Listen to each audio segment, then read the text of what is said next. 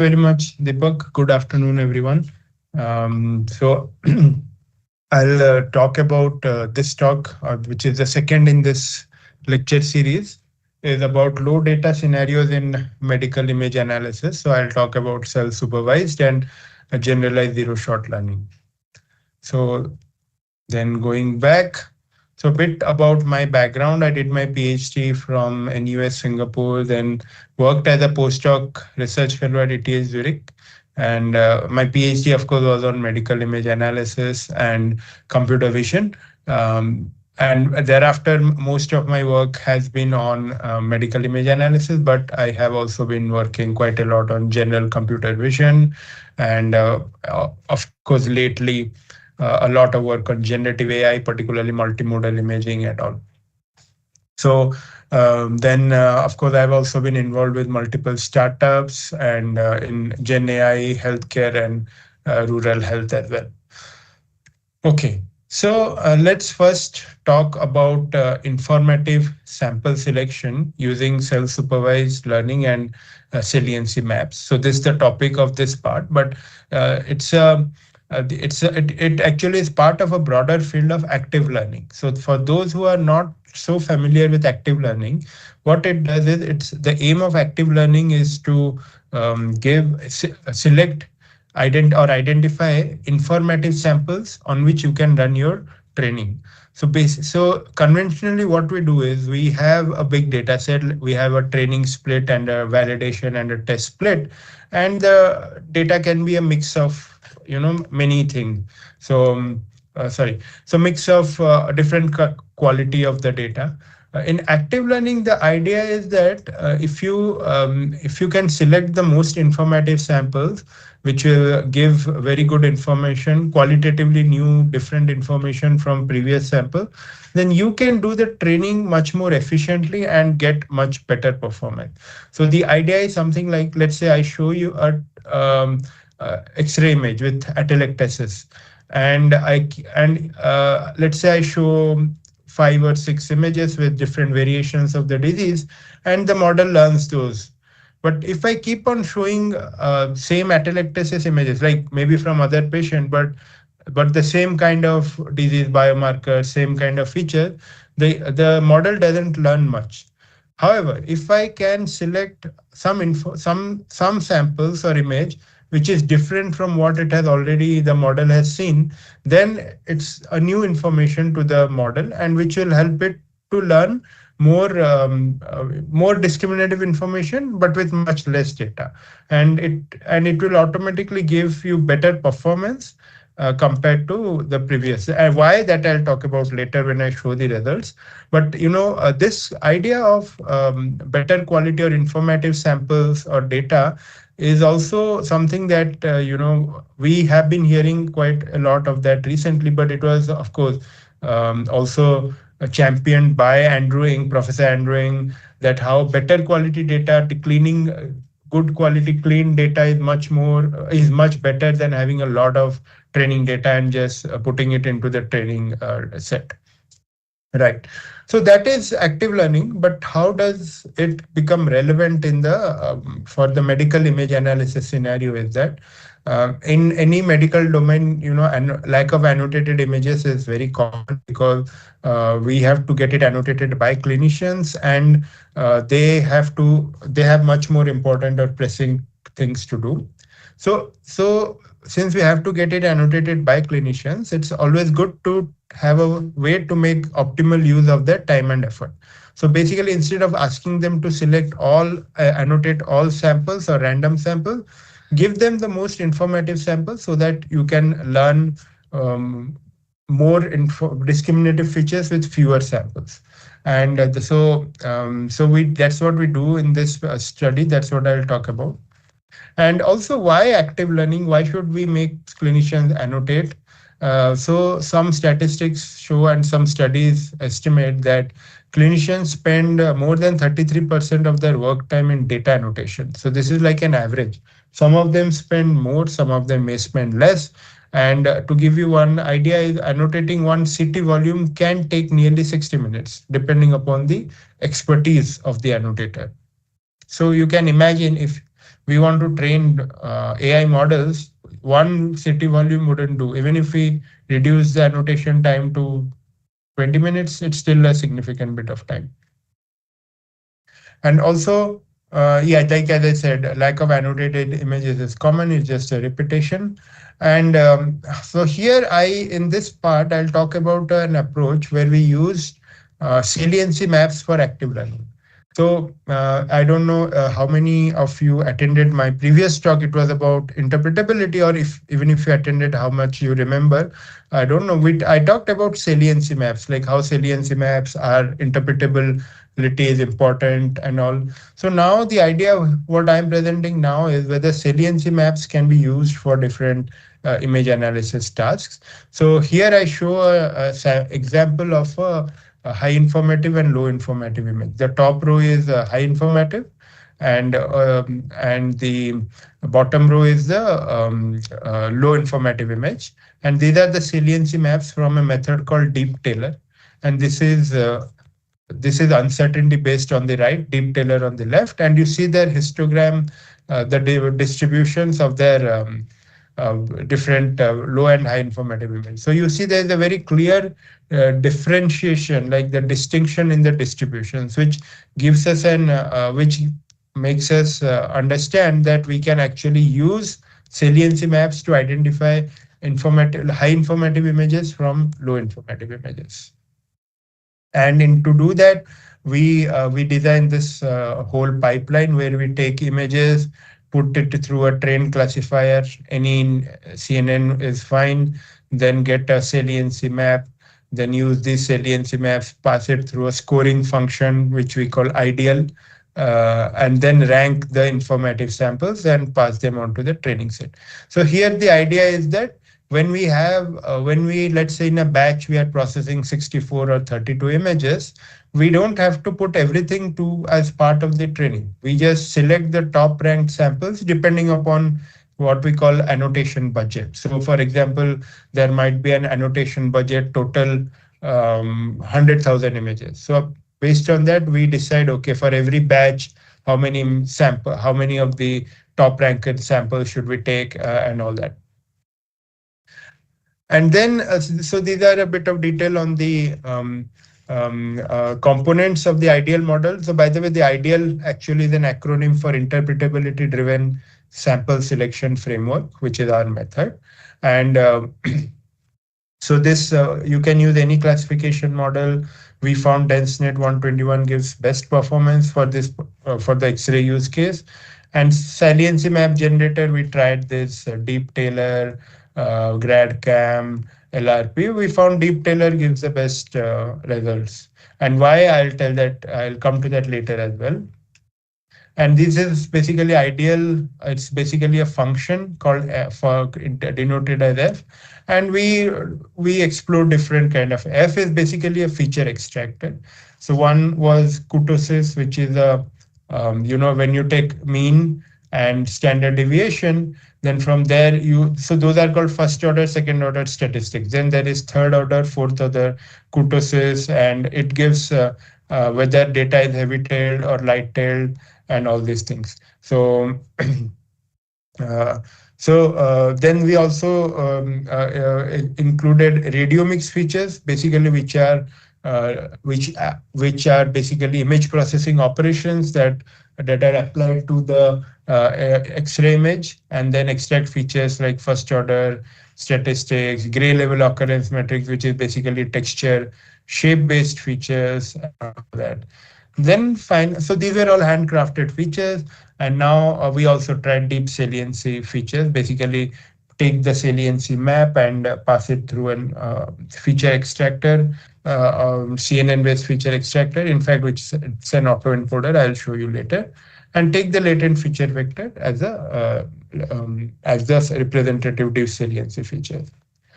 So this I given you some background about active learning and how we basically approach the problem, compared it with different handcrafted features, etc. Now I tell you a bit more on the objective of the thing. So the major objective was, can we train a model that can identify low informative versus high informative, or it can very specifically, the objective was to rank them on a grade of 1 to 10. 1 is very high, most informative, 10 is least informative. So it's again a classification task.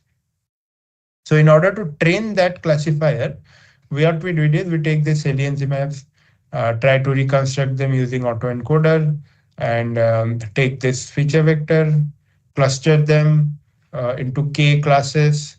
Then k is the number of labels or whatever we want to. Sorry, the ranking scale we want to have, and then we add the samples of each class to the training set, and then determine the model's performance on a separate validation set. And we note down, record the change in AUC. AUC is basically area under curve, which gives us an idea like how much improvement does this particular set of images bring to the model. And the higher the improvement, the better is their informativeness. And then basically based on that, we rank the clusters, assign them labels, and now we have the saliency features and the labels from here. Then we put them through a random forest, which basically the informativeness classifier, it ranks the different images. And then we take this trained random forest, apply it to this saliency map features, and get the ranking. And these are some interesting uh, uh, these are some interesting results. So for those who have not worked with active learning or not familiar with that topic, this would seem a bit strange. So I'll try to explain what this graph is showing. This particular plot on the left, which says AUC curves when using saliency map features. So you see this horizontal line, dotted one. This is kind of the benchmark when we use fully supervised learning. That means we take that Checkspert data set or NIH data set, take their split, the training split, and train our model like a DenseNet 121. And this is what you'll get, let's say. This is something. And then in these other four plots are basically when we employ sample selection.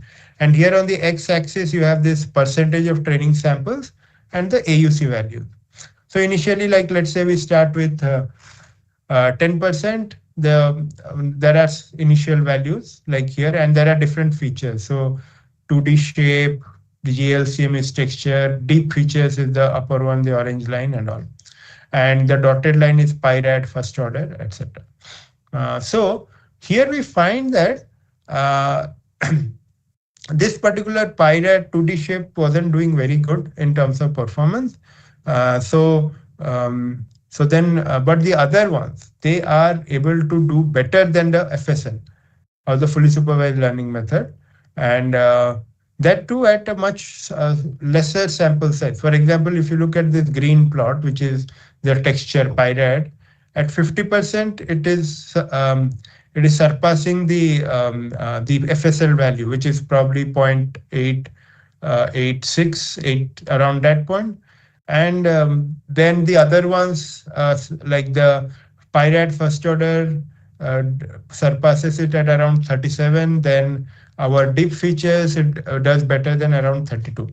So this is kind of like I have faced this, like whenever I present the results to someone who is not so familiar with this, they ask, okay, how can this be possible? How can you get better performance when using less of fraction of the training data? So that exactly is the issue, exactly is the point we are trying to make is, if you are using informative samples, then because you have good high quality data, you can do better than the FSL method, because FSL method has a lot of noisy data, because when you are splitting the data and you are taking it in batches, you are just picking up data randomly. I mean, it may not be random in the sense you may still be picking, having equal representation of all labels, but you are not looking at how good the data is, which means sometimes the labels may be inaccurate. Sometimes wrong labels might be given, or some of the images can be of poor quality. So that actually affects the training. And it is not just our methods observation. You can check any active learning method. They usually have this. They always present similar results. So that is the point. So this is a way to illustrate the advantages of active learning. And then I want you to look at the image or the plot on the right hand side. Here it says AUC curves when using only image features instead of saliency map features. And here, if you look at this, the right plot, the best performing method is deep features for image, and the accuracy highest AUCs comes to around 88. But here, when using saliency map features for the plot on the left, you see the best performing is like something like 95, 97, 96, around that. And so what this tells us is, if we use the saliency map features, we are doing better. And why is that so? So this is something that will illustrate.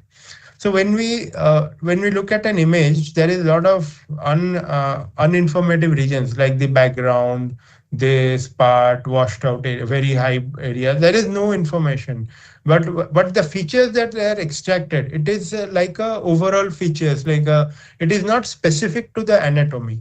But in the saliency maps, like the middle row, the column B, which is deep Taylor, you see it highlights the some of the important anatomical regions of the X-ray. So which means it is focused on specific parts of the image. And when you take features vector of that, so obviously you get much more richer information in that feature vector. And then I want to illustrate the difference between GradCam and this deep Taylor. This the column C is basically GradCam maps imposed on the original image. So here you see the GradCam maps are like a dispersed heat map. They highlight the region. Okay, they highlight the region, but there is no.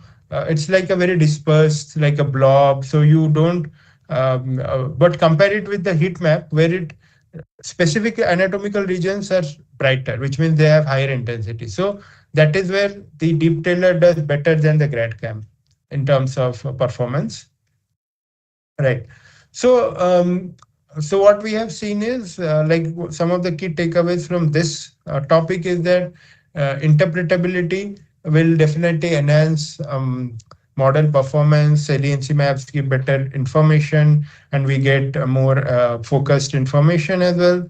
Then with saliency maps, you can do a lot of other things also, like you can check whether the model is giving consistent results, whether it is accurate, what kind of if some images they give weird outcomes, why is it so, and all that. So basically, are called auditing the model, right?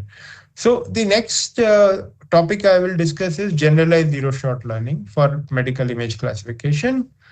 So if for people who are not familiar with generalized zero-shot learning, I'll just give a brief introduction. So we all know about fully supervised learning for medical classification, image classification, and they have access to all the labels in the training set and test set. So basically, they train the model on the training set. And then when you do the evaluation also on the test set, you are obviously you know the labels and come up. But in many real world scenarios, you'll not have access to samples of all the possible diseases. That means, let's say you trained your model on 6 cases, some new disease comes, like in the case of COVID-19. So when COVID-19 X-ray images were acquired, so people initially they were all misdiagnosed as maybe pneumonia, some other cases. But if there was a way to say that no, this is not part of the 6 diseases, but it's a new one, then it would have been it's a much better approach. So we call them seen and unseen classes. So unseen classes, if they are classified into seen classes, then it would be lead to wrong diagnosis and treatment planning. Um, so particularly in the healthcare scenario, clinical setting, models should be able to recognize novel test cases, and that is what is called zero-shot learning. You probably heard about this few shot, like when you are using LLM, you do a few shot like given one or two examples, and then it learns, LLM learns. So zero shot learning, no examples. And then why it is generalized zero shot learning? Because in the test case, we expect to encounter both the seen and unseen classes. So the model should be able to recognize the seen classes and also the unseen classes. So again, so generalized zero shot or GZSL, they have they have seen a lot of exploration in how to say, the natural image domain. But they had a different way of approaching. They've defined class attribute vectors for different classes, even the so-called unseen classes. But then we don't in clinical settings, we don't have the luxury to define attribute vectors for all the possible classes. And also many classes have similar appearances or similar characteristics. How can you define so fine grained attributes? So this is a very challenging case. So what we did is we had tried to do generalized zero shot learning using self supervised learning and saliency maps. And we were one of the first works. This work was one of the first works to do apply this GZSL on medical images. So basically, the idea is this: you take like in, let's say, in a training set, you have scene classes, you cluster them, learn their features. Then when so basically for feature vector, we use this SWAV, a method called SWAV, which gives clusterings based on unsupervised approach. And then when you have unseen classes, you again do a clustering and keep them as like clusters, unseen class clusters. This is seen class clusters, and then pass them through a generator, which is basically, the idea is to synthesize unseen class images from these two, like both seen and unseen class images, and then you train a classifier. So the synthesis was done using this GANs kind of, and then you have this first cluster fix the scene class center, then centroids are from scene centroids. So you define a self-supervised learning loss, and then which is basically between the similarities of different clusters. And then you use this conditional VAE with Wasserstein distance for generation of new sample. And we applied this method on different five public data sets. And these are the numbers that we are getting. So basically, these are data set names. This is performance. S means accuracy on seen classes. Unseen, U is accuracy in unseen classes, and H is basically harmonic mean, which is basically a combination of S and U, and S times U divided by S plus U.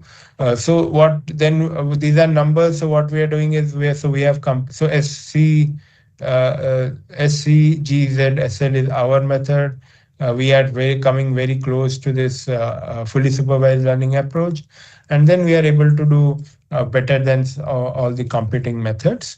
The idea here is that basically going beyond what the results show is like if we use salience information here, then we are able to basically, the clustering was done based on saliency features, and then you do we don't have to rely on class attribute vectors. The class centroids effectively are class attribute vectors, and self-supervised learning is very important for the feature synthesis and anchor vector selection. Right. Then I'll talk a bit about self-supervised learning for digital pathology. It will be a brief one. And so here, self-supervised learning is basically, we know that supervised learning works well when we have data. But if we don't have a lot of data, we take whatever data we have and try to create annotations from there. So basically, if we have, like, you can mask certain parts of the data and use the unmasked part to predict that, because you already know what is the actual content of the masked part, so you can train a model with that. So there's something called structure preserving stain normalization of histopathology images.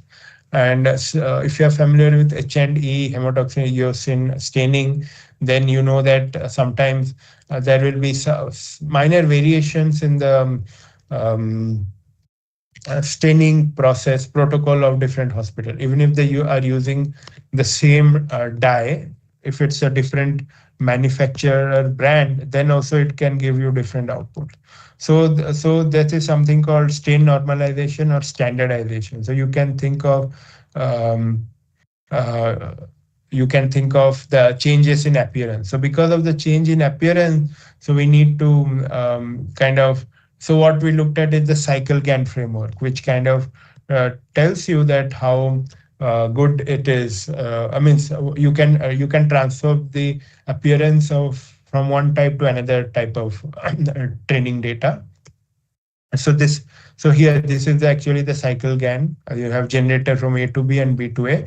But in addition to that, what we do is we have we call this semantic guidance, in the sense we take a segmentation network, then we basically look at pass it through pass the training data through these network, and we take the individual feature vectors at each layer and also fuse it with the outputs with the intermediate outputs of this generator network. So that, because it's a what happens is, the idea is that when you are trying doing GAN based generation from one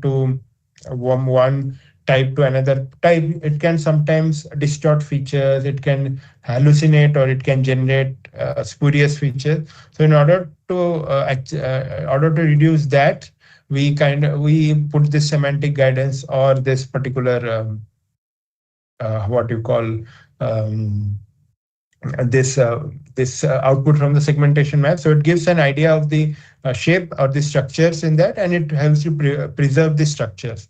So that's what we call structure preserving strain normalization.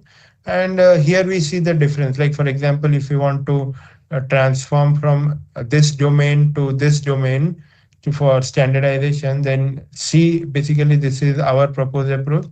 But if we tried other approaches, and they were giving artifacts like here and here, so all this kind of, so but because we use this semantic shape information, we are able to do better than these methods. So, and it has been shown, applied to different data sets like chameleon 16 and 17. And we are, so this is for chameleon 17 data set, and we are doing better than the most of the state of the art methods. And also we applied it for segmentation, that also we do quite better than other approaches. And we also use this self-supervised learning for registration as well. So just in case you, to give you context, so self-supervised learning, so the topic of this talk was how to do medical image analysis in low data scenarios. And self-supervised learning is actually a very important one, because if you have less data, or rather to put it, labels are not available, but a lot of data is there, you can apply self-supervised learning for registration. And the way I do that is basically, yes, we include these different ways to take structural information from self-supervised segmentation maps. And then so because we know that registration and segmentation are mutually complementary, so they would so if you have segmentation information between two images to be registered, the registration is much more accurate, because you are now aligning the shapes or the structures. And similarly, if you have segmentation, if you have registered images, then you can easily transform the segmentation map of one image to the other registered image by using the displacement vectors. And basically, the idea is here that if we have here deformations, then you do a self-supervised registration network to get the original one. So basically, you simulate deformations and get the original one. Then you do take these as a feature extractor. Then you do clustering and all. When you find out different kinds of ways to, so basically you train a network that can output the take the two images and output a registration field, and which is can be put through a special transformer network to get the registered images. And so this is how we get it, like if you have deformed images and all. So these are some of the issues that we find is like if we take this patch, take a magnified version. C is basically a magnified version, and D is the deformed cell, and E is the after we use cell supervised learning to get back the original image, original registration. And yeah, so these are just some notations. You have a floating image, reference image, you get that. And we also show what are these fine grained feature maps is basically k-means clustering using the feature maps and then get these specific outcomes. And also we can also have the registration field, and once we have the registration field we apply it to the using the special transformer networks on this, and it'll give you the this one will give you the registered image. And we applied on this, a particular data set called Anhide, which is a public challenge. And then we do this registration evaluation, and these are some numbers or some visual results for pathology image registration, where you have reference floating. This is the green part shows the degree of misalignment, and we see that this is our method, and this is by other conventional approaches with kind of which is not as good as our method. And these are some numbers which basically show the pixel error of each image. And we applied also for brain image registration, like these are from B to A. Then here is the after applying the registration field to this segmentation, which should ideally it should give very good alignment, like in C, which is our method, and D and E are competing methods, which are not so great. And then these are some numbers, quantitative numbers. And in essence, what we can conclude is that um, yeah, self-supervised learning is highly effective if to learn feature representations from histopathology images. I would say even in the current age of foundation model, so it's good, always good to know what the self-supervised learning approaches can do. And it can have multiple applications like SSL, like image augmentation, stain normalization, etc. Right. So basically, this brings me to the end of the talk, and I'll be happy to answer any questions you may have. Thank you very much.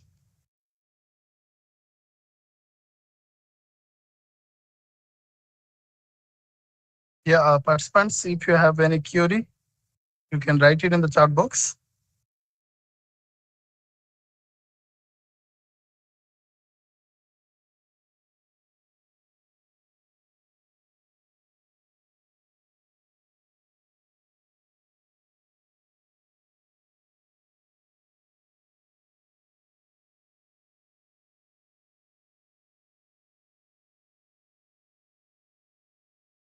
Okay. So question from Babita is, to what extent can saliency maps accurately distinguish true pathological features from the misleading image patterns?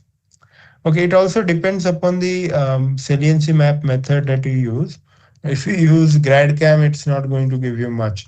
And after you do, let's say, Deep Tailor, which gives more focused information, uh, you can actually see basically saliency maps will give you um, uh, it will give you a representation of the image. Then based on that you can train if you know like certain regions have pathologies and other regions are normal. You can train a model like a random forest classifier or a simple CNN or neural network model to see how it can, how good it is and how effective it is. It also comes down to how how um, challenging is the problem of how easily can you distinguish, like visual examination. If you can easily distinguish pathology to misleading image patterns, then saliency maps can also do a good job. If and even if visually it's not easily distinguishable, still saliency maps will do a good job. So the actual improvements can, of course, depends upon the data set and all this. So there's a lot of things in there. But I will say yes, it can be used to differentiate between the two types. Okay. Um, okay. So from Monica, the question is: sorry, do we apply self-supervised learning on skin cancer segmentation and classification? Yes, of course you can. वो दे देंगे रे वहाँ पे आप बिल्कुल मैंने वो लिख दिया है उसके साथ जोड़ के So, so basically, yeah, you can apply self. So self-supervised learning is a way to learn highly discriminative features. So imagine like what you can do is you can use it for pre-training. You can take a, let's say you want to train a model from scratch. Of course nowadays you will get pre-trained models, that's fine, but you should also know about these techniques because they will help you understand how this pre-trained models, some of the pre-trained models were used. Even all the big LLMs, large language models, they have gone through this self-supervised pre-training. What the idea is, you take the data, mask it, and use the remaining data to predict this. So likewise, when you do it, so it learns a rich set of features that is easy to represent. That can easily represent these image samples or anything. So definitely, yeah, you can do. Um, but nowadays you get a lot of pre-trained models, so I don't know how relevant it will be. It will save you time by using pre-trained models, but it's good to know how these pre-trained models were trained. Okay, so next question by Pooja is how much domain knowledge is required to interpret saliency maps in case of diverse medical problems? This is a very good question because yes, here domain knowledge is important.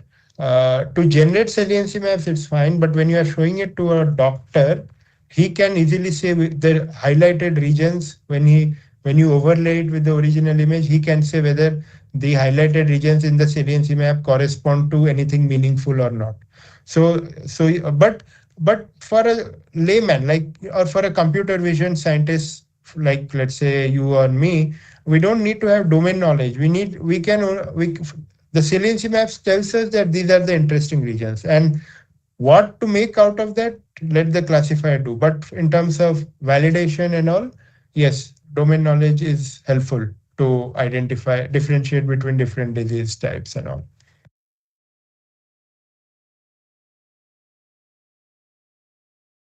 Yeah. So any other questions or follow-up questions?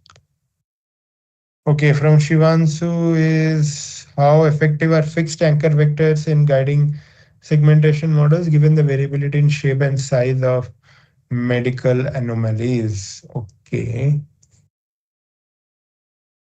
Um, See, the anchor vectors are basically you are depends on how you do the determine anchor vector. They are basically representing a particular class or a label. However, if you find um, new samples of this class, let's say you had 1,000 samples and you from that you got anchor vectors, but now you found 200 more samples of that same class, and if you add them to the training and get the anchor vectors or whatever or for that matter anchor vectors, if you are doing it dynamically in a batch, then it will have some different characteristics.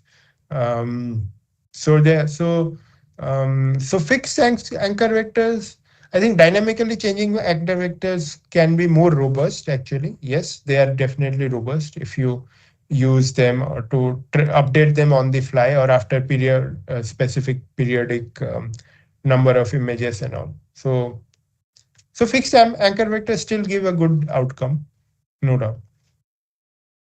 From Babita is how can supplementary information such as text descriptions can help bridge the gap between seen and unseen classes?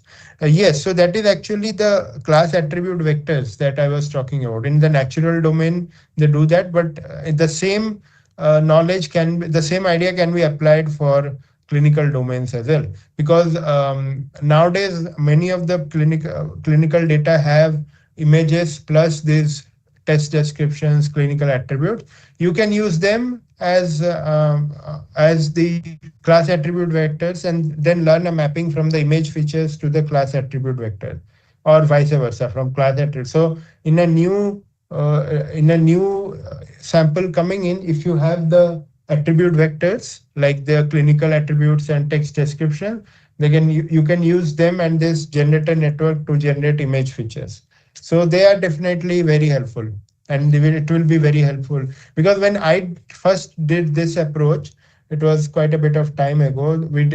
Data sets did not were not could not easily get additional information, but now you get probably have access to clinical attributes and reports in more medical data sets. Pooja's next question is when to go for SHAP, Lime, GradCam, or other methods, or is it trial and error to see which one results in better outcome? It is actually, I would say, you have to. I mean, I remember, I guess you also asked this question in the earlier uh, presentation, or maybe someone else did. Which one is best? It again depends upon your data, what you have, and what kind of for only visualization, GradCam is good. It will show you the regions, but I found Deep Tailor is better suited when I want to extract features for my classification or segmentation task. So in that sense, you have to have a good understanding of how the different saliency methods work and what information they give in their output. So that will help you make a decision which one is best suited for your end user task. Yeah. So that for the better outcomes is decided by what is your end goal. If it is visualization or some numbers and all that.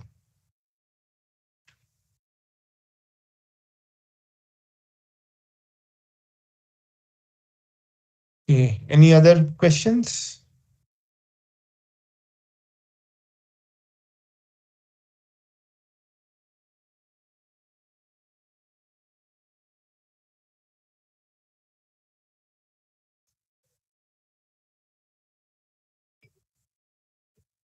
I think there is no follow queue. Also, no, not available. Okay, great. So I hope everyone found this talk useful. And yeah, I'm happy to answer any other follow-up questions by email or anything. So, thank you so much for sharing your expertise, sharing or showing some new directions of research in the field of self-supervised learning. And there are a couple of case studies you have also shown. In participants, if you want, you can go through his paper where Mm. you may get some important, I mean, more additional informations along with some of the papers. Maybe codes are also available. If I am correct, sir, codes are also, I think, in some of the papers available. In some of the picture, yes, some of them, yes. Not all, but Yes. some, yeah. So, I mean, if you want, you can just go through the paper. I mean, you can obviously get more details in the papers. Thank you so much, sir. Once again, on behalf of E&ICT Academy Computer Science and Engineering Department at MNIT Jaipur, would like to thank you once again for sharing your expertise with us. And we look forward to collaborating with you in this. Yes. Yes, thank you very much, Deepak, for inviting me. It's again a pleasure once again to give this talk and share my ideas with different people. Thank you very much for the opportunity. Thank you, sir. Thank you. Bye.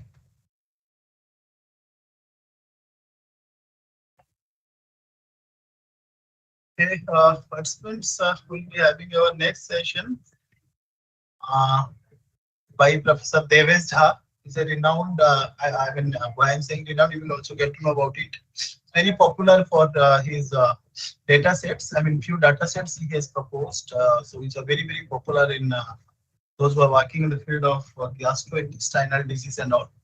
So Dr. Davis will join us after 10 to 2 minutes. So we'll resume after 10 minutes.